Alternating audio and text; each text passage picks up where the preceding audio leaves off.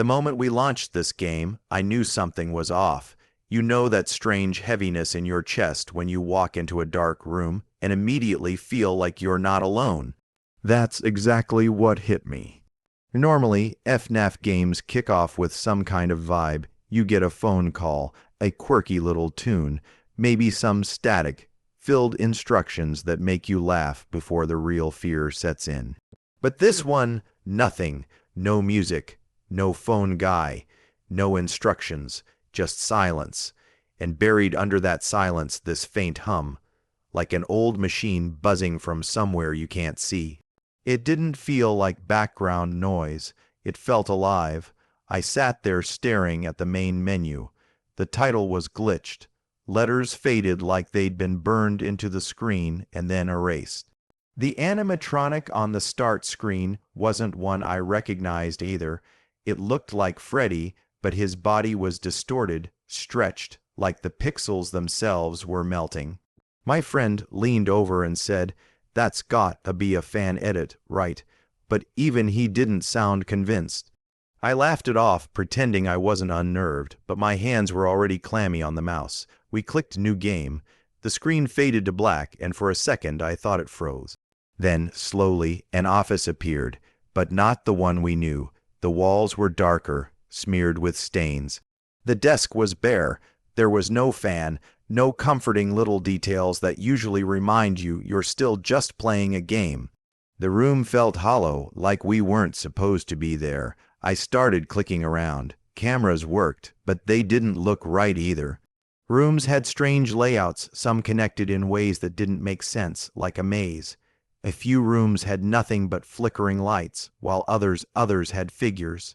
Not moving, not doing anything, just standing there in the shadows. At first, I thought it was the usual lineup of animatronics, but when the static cleared, I realized these weren't the same characters. They were altered. Freddy's hat looked torn, Bonnie's head was tilted in a way that looked broken, and Chica's eyes were black, like holes drilled straight into her face. I tried to laugh it off again, like, okay, so this is just some weird reskin, no big deal. But the longer we stared, the more wrong it felt. The controls didn't work right. The doors wouldn't respond when I clicked them. The light buttons glitched, and the clock didn't move. My friend whispered, "Are we even on night one?" I didn't answer because I didn't know. The game wasn't telling us anything. Then came the sound, not footsteps, not the cheerful giggling or robotic groans we'd come to expect. This was deeper, a hum, so low it rattled through the speakers and into my bones. The more I listened, the more I realized it wasn't just a hum. It was voices, distorted, layered, like a group whispering in some language I couldn't understand. My skin prickled, my throat tightened, and I suddenly wanted to shut the laptop and walk away. But we didn't, because curiosity always wins, right? I kept flipping cameras, and that's when we caught it. Movement at first, it was just a shadow, small, quick. But when the static cleared, it was there, Freddy. Or something wearing Freddy's skin. His face leaned toward the camera, mouth hanging open far too wide, like his jaw had been unhinged. And those black eyes, empty, endless, staring straight at us. My friend whispered, "Oh no," and I swear I could feel his hand grip the chair next to me. In that moment, I realized this wasn't just another FNAF game. It wasn't built to be beaten. It wasn't even built to be understood. The way the screen flickered, the way the sound dug into your chest, it felt like the game wasn't interested in scaring us. It was studying us, and then, right as I went to switch the camera again, everything froze. The screen went black, and something whispered. That whisper didn't sound like anything from the FNAF series. It wasn't the phone guy. It wasn't any voice line I recognized. It was soft, broken, layered with static, almost like it came from the other side of the screen. I leaned back instinctively, as if putting distance between me and the laptop would somehow help. The words weren't clear, but the tone was enough to freeze my blood. It wasn't guiding us. It wasn't warning us. It was dismissing us. Like we weren't supposed to be here at all. Then the game cut back in, and the cameras flickered alive again. Only now the rooms weren't the same. The hallways stretched longer, darker. The geometry twisted in ways that made no sense. What was once a simple pizzeria lay outlooked more like a labyrinth. I flipped through the feeds, and every time I did, I caught something new. Shadows in the corners, shapes in the background. And then the animatronics, they weren't moving normally. In classic FNAF, you catch them shifting positions, sneaking closer one step at a time. But here, they didn't walk, they just appeared. One moment Freddy was across the map. The next moment he was 3 rooms away, his head tilted, staring into the camera. Bonnie's face kept glitching, jerking so fast it looked like he was vibrating in and out of the walls. Chica, her head twisted upside down, her eyes rolling like they weren't even attached. And Foxy, oh, Foxy was the worst. Instead of sprinting down the hall like he's supposed to, he just dragged his claws against the floor, leaving deep gouges in the tiles. We were silent, just watching, frozen. Then my friend whispered that humming again. He was right. The low, deep drone returned, only this time it was louder, sharper. It sounded like chanting. Dozens of voices overlapping, repeating some word I couldn't catch. My chest started to tighten. It didn't feel like an audio file. It felt like someone was in the room with us, murmuring right into our ears. I tried clicking the doors again, desperate for something to work. Nothing. The buttons lit up, but the doors didn't close. The game wanted us exposed. It wanted us vulnerable. And then the power meter started draining, way too fast. In seconds, we dropped from 90% to 50%. I checked the clock. It still said 12 a.m. It hadn't moved at all. My friend laughed nervously. We're stuck. We're actually stuck. But I could hear in his voice, it wasn't funny. The cameras glitched, static poured across the feed, and the room warped again. I saw posters on the walls, but they weren't the usual cutesy drawings. They were dark, smeared like someone had painted with ash. The animatronics weren't even standing still anymore. They were twitching. I clicked back to the office, praying for a second of safety, but the office looked different too. The walls were darker, the shadows stretched longer, like the game was decaying right in front of us. Then, right as I thought the power would cut out completely, the screen went black. No static, no game over jingle. Just pure black, and then footsteps, slow, heavy, echoing as if someone was walking right outside the office door. I held my breath, staring at the screen, waiting for a jump scare. My friend whispered, "Don't move," like moving would make it worse.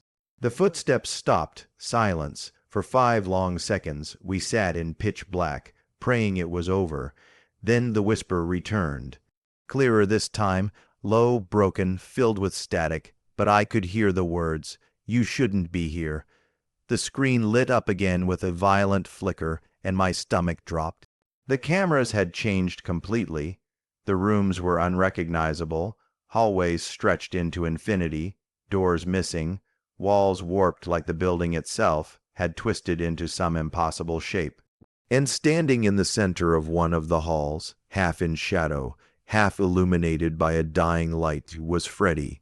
Only this wasn't Freddy as we knew him. His body sagged like the suit was melting, his head tilted unnaturally far to one side, and his jaw hung open like it had been broken in half.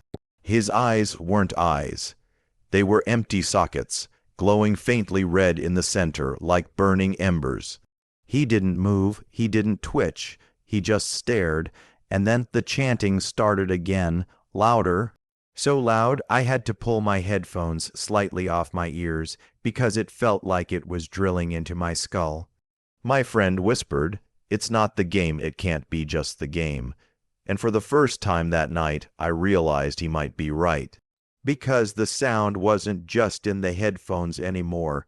It was in the room surrounding us, and that's when we saw it. At first, I thought it was just a trick of the speakers. You know, when audio glitches and it feels like it's bouncing around your room. But this wasn't that. The chanting wasn't coming from the laptop anymore. It was around us, above us, behind us, circling like invisible voices closing in. My skin prickled, my breath caught in my throat, and for the first time all night I had the thought, maybe we should stop. But curiosity always wins. We forced ourselves to keep playing. The cameras flickered again, static dancing across the screen, and when it cleared, Freddy was gone. Just gone. I switched to another feed. Empty. Another still empty. Until finally, on the third camera, I found him. But he wasn't standing still anymore. He was closer. Way closer. His hollow eyes aimed directly at the lens, his head jerking every few seconds like a broken puppet. Then something else happened. The feed froze not on static, not on black, but on Freddy's face. And while I stared, I swear his mouth began to move. The game had no audio file for this, no lines for Freddy, and yet, faintly, through the static, I heard the whisper again. "Leave?" I froze. My friend just muttered, "No way, no way." We both leaned in closer to the screen like idiots, as if that would help us figure it out. And then the feed snapped back, and everything was different. The building had changed again. Rooms we had seen before were gone, new ones appeared. The camera map stretched further than before, with hallways that spiraled into darkness. I checked one of the feeds, and my stomach flipped. The room was filled with animatronics, but not the usual ones. These were prototypes, test models. They looked unfinished, their metal endoskeletons exposed, wires hanging loose like torn veins. Some had faces half stitched on, eyes missing, jaws barely hanging. It was like the game had dragged in versions of characters that weren't supposed to exist. And then they all turned, at the exact same moment, toward the camera, toward us. My heart was pounding now. My hands were slick with sweat, the mouse slipping in my grip. My friend whispered, "Don't switch, don't switch." But I did anyway. I couldn't help it, and what I saw next, I wish I hadn't. The office feed was no longer safe. The walls were covered in writing. Black, smudged like it had been painted with ash or burned into the texture. At first, it was impossible to read. Then my eyes focused, and I saw it clearly. "We see you," over and over, written across every inch of the wall, floor, and desk. And sitting right in the middle of the office, where the fan should have been, was that plushie again. Except now it was bigger, twice the size. Its button eyes stared into the camera lens, its stitched grin stretching wider than before. It looked alive. I shut the monitor instantly, my chest tight, my throat closing like I couldn't breathe. My friend muttered, "It's a mod. It has to be a mod. It has to." But even he sounded like he was trying to convince himself, not me. The chanting hadn't stopped. If anything, it was louder now, pressing in from every corner of the room. And then the lights in-game flickered. For a split second, the office wasn't empty anymore. Someone was standing in the doorway. Just a silhouette, no face, no details, just a human shape too tall, too thin, blocking the exit. I blinked and it was gone. The doorway was empty again, but I couldn't shake it. That thing wasn't animatronic. It wasn't part of the game. It felt wrong, like it was watching from the other side. I reached for the escape key, ready to quit, to shut it all down, but before I could press it, the screen glitched violently. Static flooded every inch, and the chanting cut off, replaced by something worse, a single voice, clearer than before. Slow, deliberate, "You shouldn't be here." But this time it didn't sound like it was coming from the game. It sounded like it was coming from right behind us. The second that voice echoed behind us, I felt every hair on my neck stand on end. I didn't even want to turn around. My instinct screamed, "Don't look," because if I did, maybe I'd see something I didn't want to see. My friend leaned closer to the laptop, his voice shaky. "Please tell me you heard that too." I didn't answer because admitting it out loud would have made it too real. I forced myself to look back at the screen. The static faded, and the West Hall camera lit up. Freddy was there again, standing dead center. But his eyes weren't glowing. They weren't even red this time. They were just black pits, sucking in the light, as if staring into them could pull you in.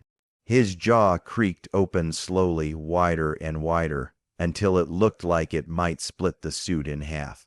Then the feed snapped. For a single second, I didn't see Freddy. I saw myself, my own reflection staring back, warped, pale, like the game had replaced his face with mine. I slammed the monitor shut so hard I almost broke the keyboard, but closing the monitor didn't help. The office wasn't the same anymore. The posters were gone. The walls were stained, scratched with deep claw marks. The ceiling fan was missing, and in its place, sitting right on the desk, was that plushie again, except now it wasn't stitched with a grin. Its mouth was open, wide, showing tiny, jagged teeth that shouldn't have been there. My friend swore under his breath and reached for the laptop lid like he was ready to shut it all down. I stopped him. I don't even know why. Maybe it was adrenaline, maybe it was stupidity, but I wanted to know what would happen next. And then we heard it, breathing, not in the game, not through the headphones, in the room with us. Slow, ragged breaths, pulling in air like something enormous was leaning right over our shoulders. My heart was thundering so hard I thought it might break my ribs. I whispered, "Do you hear that?" But my friend didn't say a word. He just pointed behind me. I spun around instantly. Nothing, just the glow of the laptop painting the walls in sickly blue. No figures, no shadows, nothing. But the breathing didn't stop. It was louder, closer, like whoever or whatever it was hadn't moved when I turned. It was still there, inches away, invisible. I forced my eyes back to the screen. That's when I realized something was even worse. The office door was open. I hadn't clicked it. We hadn't touched a thing, and yet there it was, wide open, leading into pitch-black nothingness. We stared into that void on the monitor, holding our breath, waiting. And then, faintly, in the dark, two small dots appeared. At first, I thought they were pixels, but no, they were eyes, glowing faintly, unblinking, staring straight into the office. Straight at us. The power meter bottomed out. The lights shut down. The monitor went dead. My stomach twisted as I braced for the jump scare. Freddy screaming, static, game over. That's what should have happened, but instead, the screen didn't show the game. It showed us, our faces, right there in the webcam feed, staring into the laptop like idiots, my own reflection blinking back at me, my friend pale as a ghost. The game wasn't watching the pizzeria anymore. It was watching us, recording us. I felt my blood run cold. I wanted to slam the lid shut, but before I could move, the screen glitched again, and something else appeared. For a split second, right between the static, another figure showed up in the frame behind us, tall. Then human-shaped, and then it was gone. We just sat there frozen, staring at the laptop, too afraid to even breathe. My brain was screaming at me to move, to do something, but my body wouldn't listen. That glimpse of the tall, human-shaped figure in the frame, it wasn't like the animatronics. It wasn't Freddy, Bonnie, or any of the ones we knew. This was something else, something that didn't belong. And worst of all, it was behind us. I whipped my head around so fast my neck popped. The room looked empty. Just the same dim light, the same peeling wallpaper, the faint hum of the laptop. Nothing, but the air felt heavy, thicker than before. Like the oxygen had been sucked out, replaced with something colder. My friend whispered, "Don't turn back." His voice cracked when he said it, like he wasn't even sure why, but he just knew. My skin crawled. I didn't want to turn back to the screen, but I did anyway, and that was my mistake. The webcam feed was still on, still showing us, only now there was no one sitting in my chair. My friend was there, terrified, pale, but where I should have been, the chair was empty. The screen was telling me I wasn't there anymore. I felt my chest lock up. That's not possible. I whispered, but even saying it didn't make sense. My hands gripped the sides of the desk until my knuckles went white. I leaned closer, half hoping my reflection would just flicker back into place. And then the screen glitched. My reflection came back, but it wasn't me, not really. The thing in the chair looked like me, but its smile was too wide, stretching unnaturally across its face, and its eyes, its eyes, were solid white. No pupils, no light, just white voids staring back at me. I recoiled so hard I nearly knocked the chair over. My friend slammed the laptop shut instantly, like that would erase it. The screen went black, but the reflection burned into my head. Silence swallowed the room, no more breathing, no static, just a horrible, crushing silence that made my ears ring. I thought it was over, maybe the laptop had finally given up, but then knock, one single knock on the door to our room. We both jumped to our feet. The knock came again, slow, deliberate, like whoever was out there knew we were inside. I wanted to believe it was just someone messing with us, but it was 3 a.m. No one was awake. No one even knew we were playing.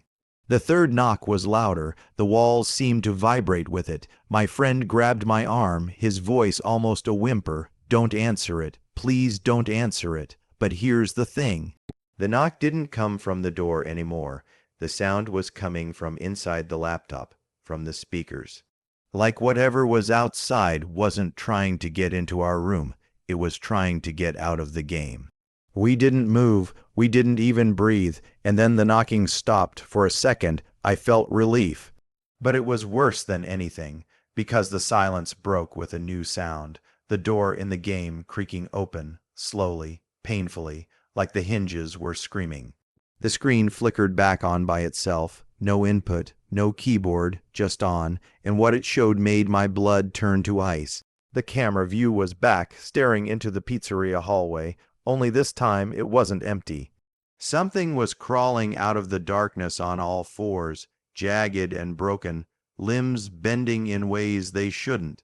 It wasn't Freddy, it wasn't Bonnie, it wasn't even human anymore, and as it dragged itself closer, the static grew louder, drowning out every other sound. I reached for the laptop, desperate to shut it again, but my friend grabbed my wrist and hissed, "Don't touch it. Don't give it what it wants." But then the thing on the screen stopped crawling. It tilted its head, slowly, directly toward the camera, and in that moment I realized it wasn't crawling out of the hallway. It was crawling toward us. That thing froze on the screen, head tilted, staring at us with its faceless grin. I swear the room got colder, like ice creeping through the floorboards. The static roared, swallowing every thought in my head, and then, bang. The lights went out. The laptop died completely this time. Darkness, pitch black. Just me, my friend, and the sound of my own heartbeat punching through my chest. I fumbled for my phone flashlight, but before I could even turn it on, that breathing came back, not from the laptop. Not from the door, right behind us, loud, wet, hungry. I couldn't take it anymore. I lunged for the laptop, slammed it shut as hard as I could, and yanked the power cord out of the wall. My friend was screaming at me to stop touching it, but I didn't care. I was done. I was ready to throw the thing out the window if I had to. Then silence, absolute silence, not even the breathing, just nothing. We sat there, staring into the dark, waiting for something, anything, to happen. 10 seconds, 20, a full minute. My heart started to settle, and I almost laughed. Maybe it was all in our heads. Maybe sleep deprivation and paranoia were messing with us. But then my phone buzzed, a notification. From an unknown number. I unlocked it without thinking and almost dropped it when I saw the message. It was a single image, a screenshot from the game, the same exact moment we'd shut the laptop. Only in this picture, I wasn't sitting there. I wasn't in the chair. The thing with the white eyes was, staring directly into the camera, smiling. My friend saw it over my shoulder and just muttered, "Nope." He didn't even argue. He grabbed his jacket, his keys, and bolted out of my room like his life depended on it. And me, I just sat there, staring at that photo, trying to convince myself it wasn't real, that it was a glitch, that my phone was hacked, that maybe I'd gone insane. But the worst part, when I finally worked up the courage to look back at the laptop one last time, the plushie was gone. The desk was empty. I'm telling you now, this was the most confusing FNAF game we've ever touched. Not because of the mechanics, not because of the lore, but because to this day, I still can't explain what happened in that room. Maybe it was just a cursed build. Maybe it was a prank gone too far. Or maybe, just maybe, it wasn't a game at all. So if you're thinking of downloading random Five Nights at Freddy's files at 3 a.m., don't trust me, because the last thing you want is to see yourself staring back at you with eyes that don't belong. Safe to say, we're never opening that game at night again.